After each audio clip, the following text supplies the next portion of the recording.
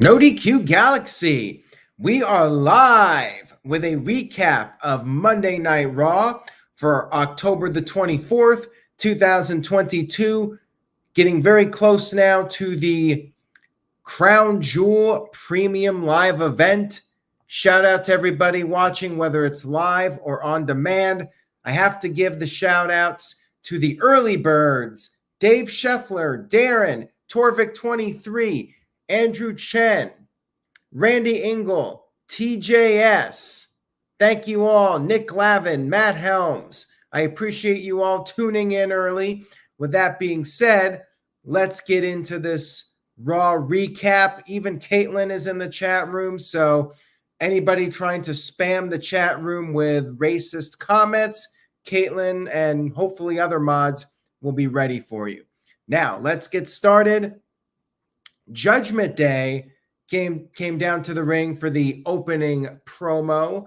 Talked about how they run Raw, blah, blah, blah.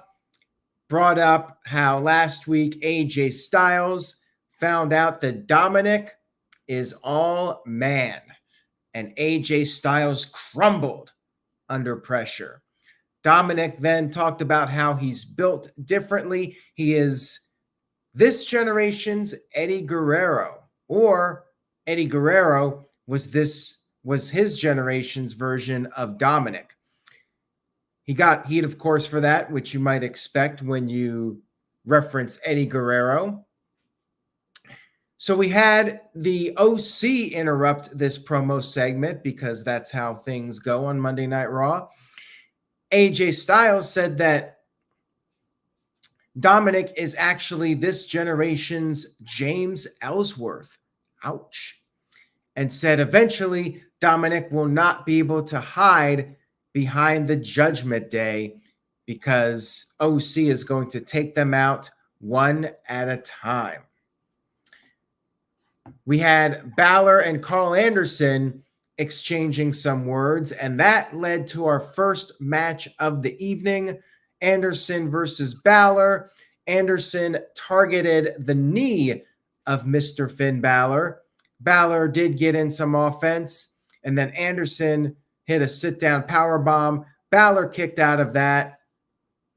Anderson hit a neck breaker off the second rope.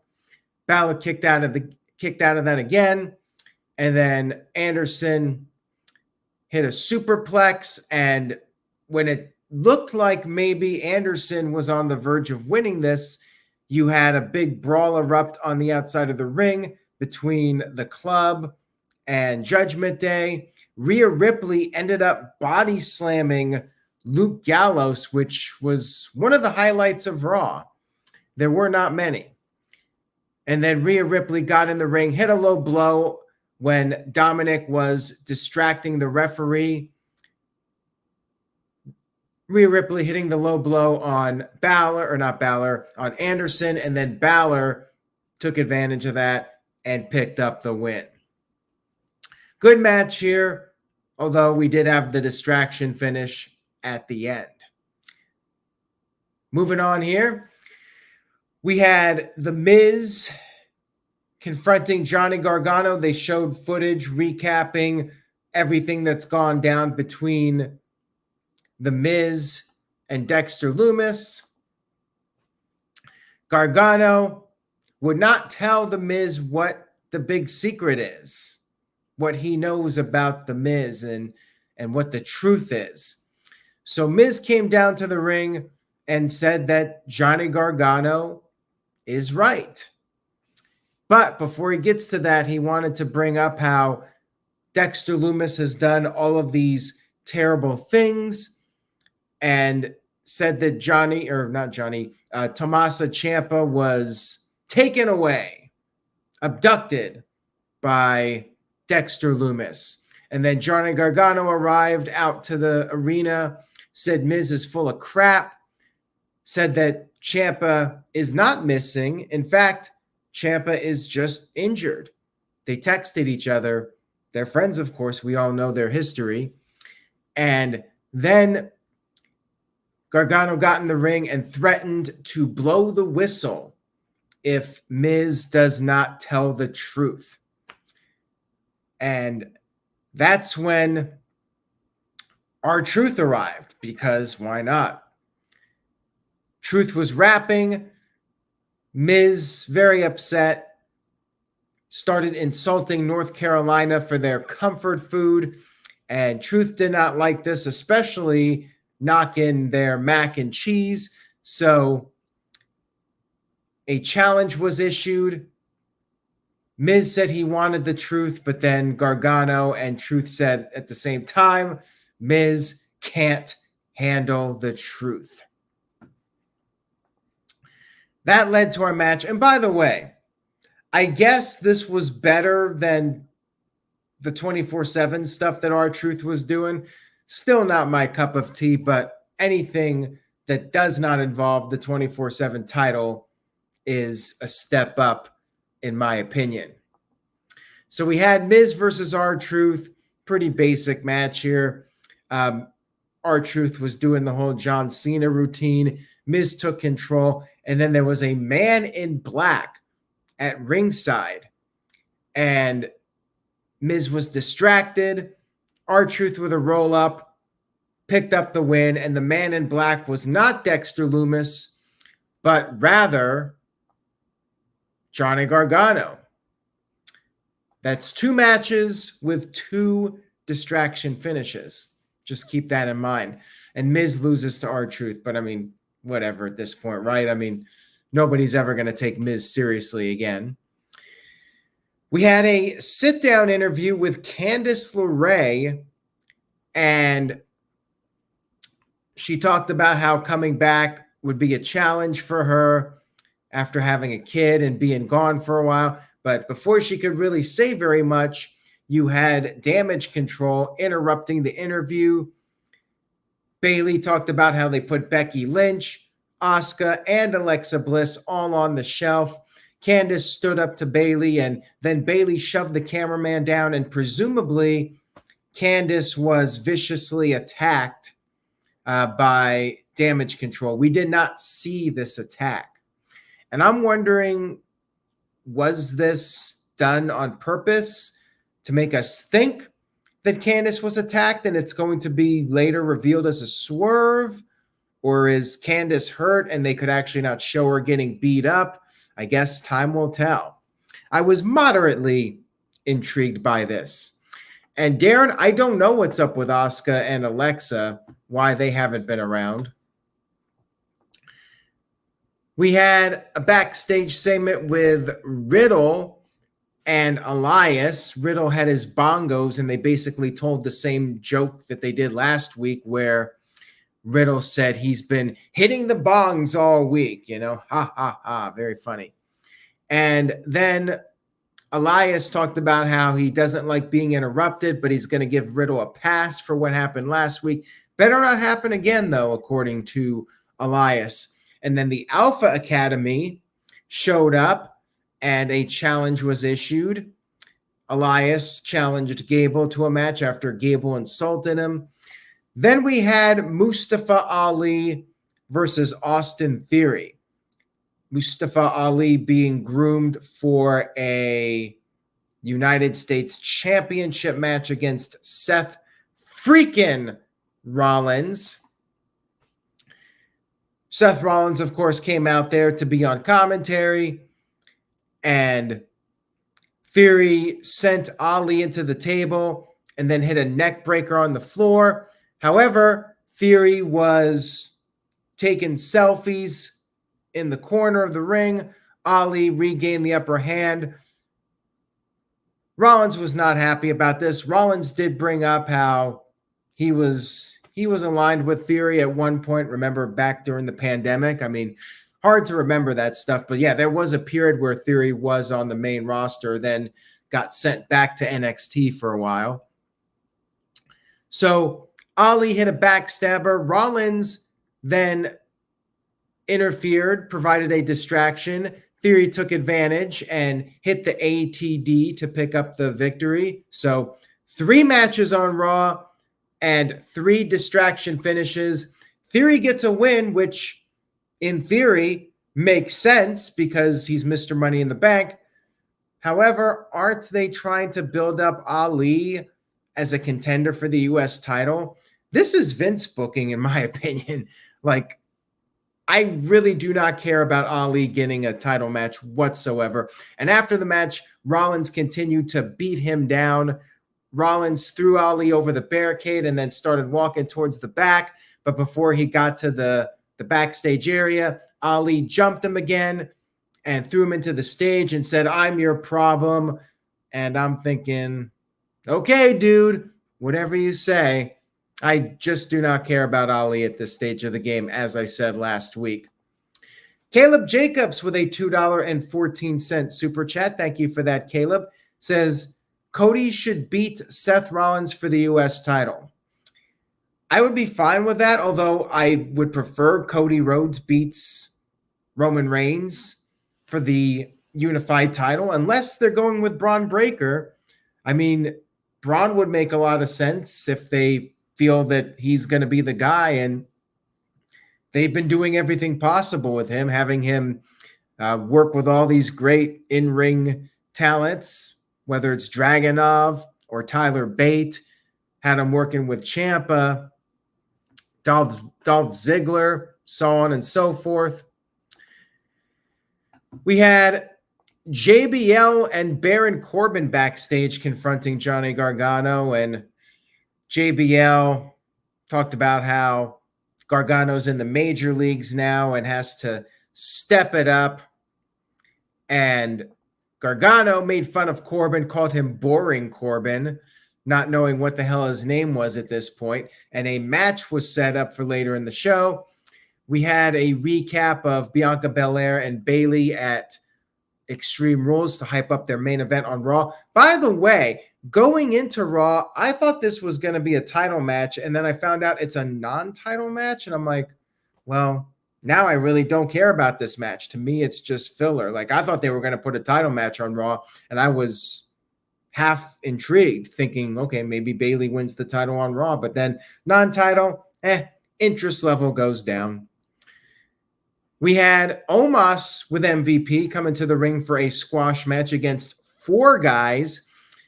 MVP was cutting a promo about Strowman, and you had Omos making this fist, and he stuck his hand right in the face of one of the four guys, and the guy's reaction to Omos's fist was maybe the highlight of the show, other than Rhea Ripley body slamming Luke Gallows. That was a funny moment, and of course that'll be all over the internet for days. There'll be tons of memes about that one. So yeah, squash match here. Hey, no distraction finish. So there you go. Omos just beat the hell out of the four guys, and that was that. Not much to say about it. We had Elias versus Chad Gable. And Gable, Elias went back and forth with some mat wrestling for a bit. And Otis, I was almost going to say Omos. Otis lowered the top rope, which sent Elias to the outside of the ring. That gave Gable the upper hand for a while. Gable hit the old Dynamite Kid flying headbutt off the top. Bryan Danielson later did it. Benoit did it. Elias started to make a comeback, but then I almost said Omos again. Otis provided a distraction. Gable put on the ankle lock, went for a moonsault, but Elias caught him with a knee. And this was a little nasty because when they showed the replay, it looked like the two of them hit heads before Elias hit the knee. So hopefully they're okay after that one. I mean, they did finish the match, and Elias was on the outside of the ring. Otis tried to attack him, but got sent into the turnbuckle. And then Elias got back in the ring and hit his neck breaker, rolling the dice, whatever it's called, and picked up the win over Chad Gable.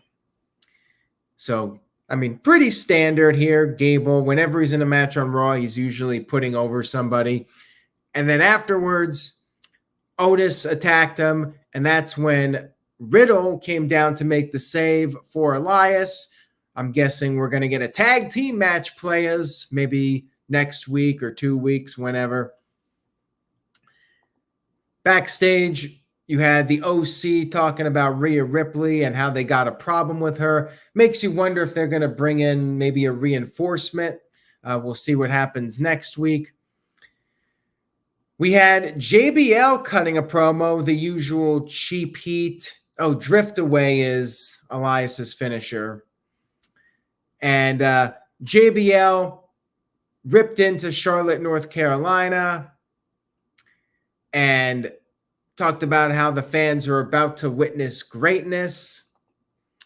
And that's when Boring Corbin came to the ring for a match with Johnny Gargano. And Corbin got the early advantage, hit Gargano with a right hand, worked him over for a while.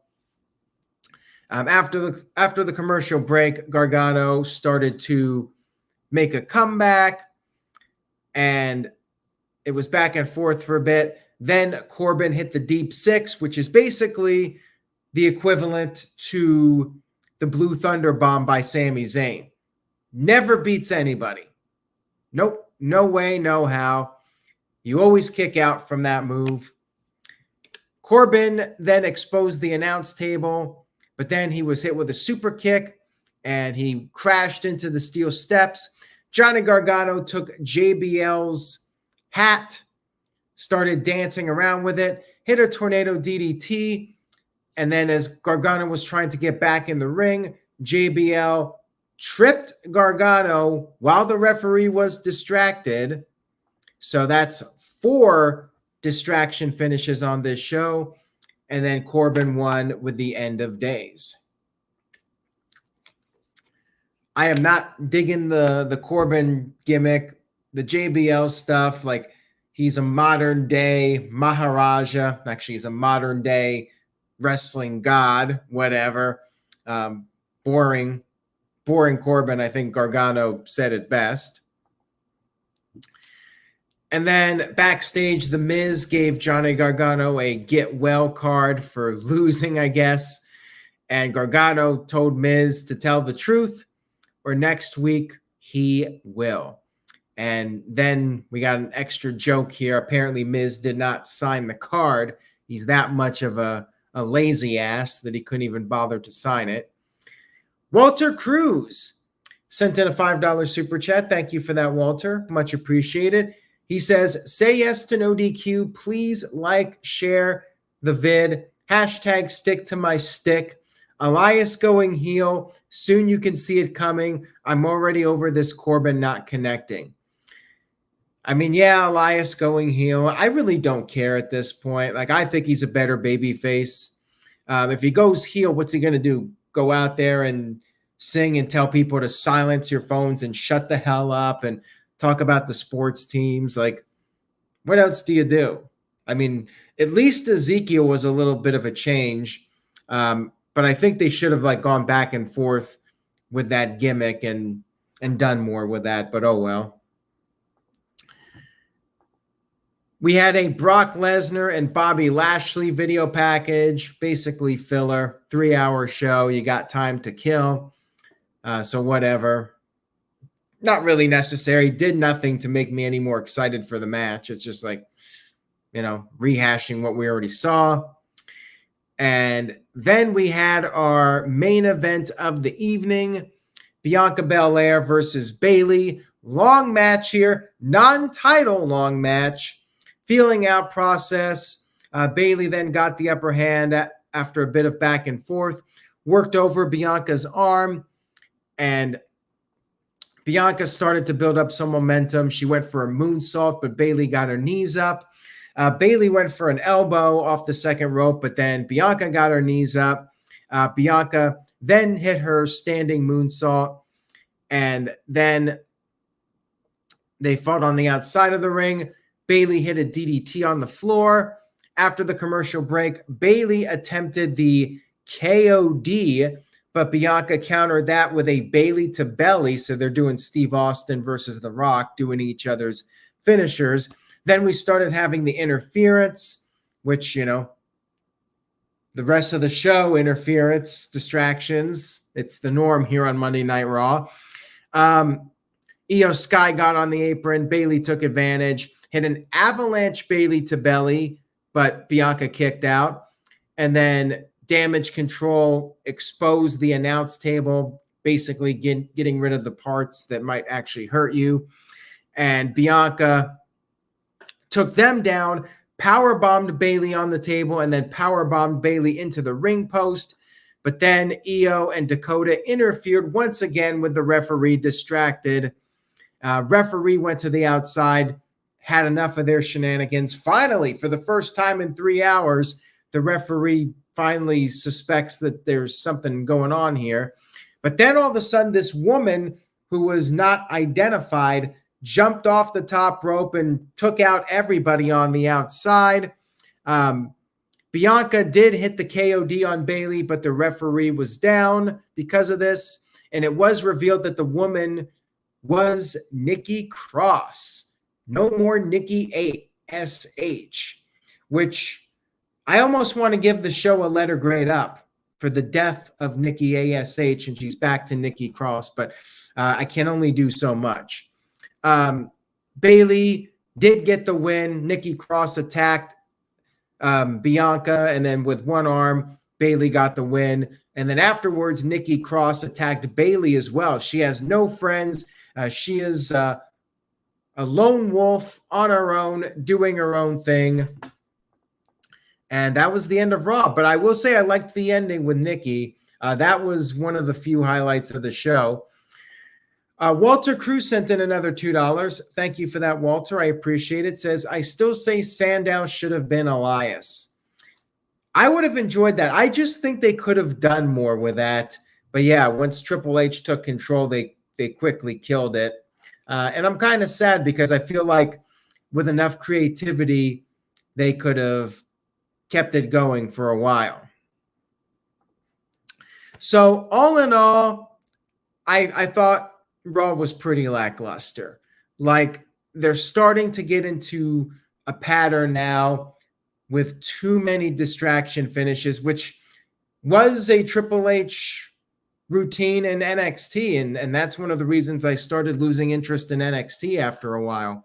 I'm not a fan of doing the DQs all the time and count outs, but you got to have a little bit of variety, have some more clean finishes. You can do like one DQ on a show or one count out after a short match. But yeah, when you start having like 5 distraction finishes on the show, it gets a little boring, in my opinion. And Building Nexus sent in a $2 super chat. Thank you for that. I appreciate it. It says, who should the OC get to solve their Rhea Ripley problem? Good question there. I mean, they could bring somebody in from NXT. That's a possibility.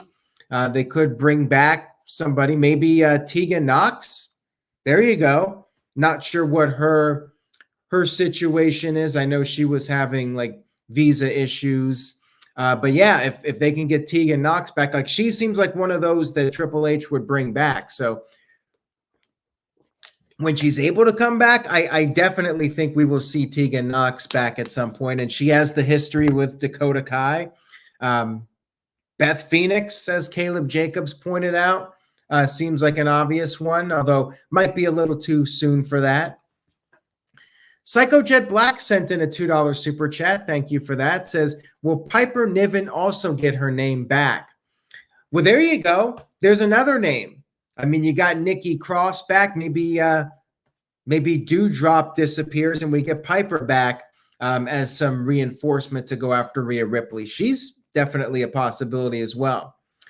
So all in all, I give the show a C-, which would, I believe, make it my lowest letter grade for Monday Night Raw since Triple H took over. And I thought it was a pretty weak show. Just too many distraction finishes. And the comedy, they were trying to be funny, but to me, it felt more like Vince humor. Didn't really work with me. And I just felt like there was no sense of urgency. Felt like a throwaway filler show. and I could have easily skipped it and not missed anything of any importance.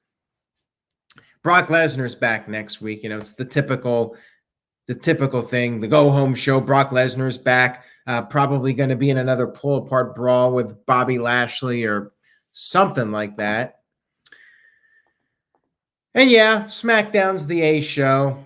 I mean, it has been for the most part, even since Triple H took over. I still think SmackDown has usually been the better show, although Raw did have a few good, strong episodes. However, you know, you can only rely on bringing back names from the past so often. Like, it works, but then you have to have a good story to keep people interested. And that was a problem with AEW too. Like, Tony Khan's bringing in all these people week after week, and it's like, yeah, that's exciting when somebody new comes in, but then, you know, it quickly fades away and you lose interest. And then if you don't have somebody else come in, then what?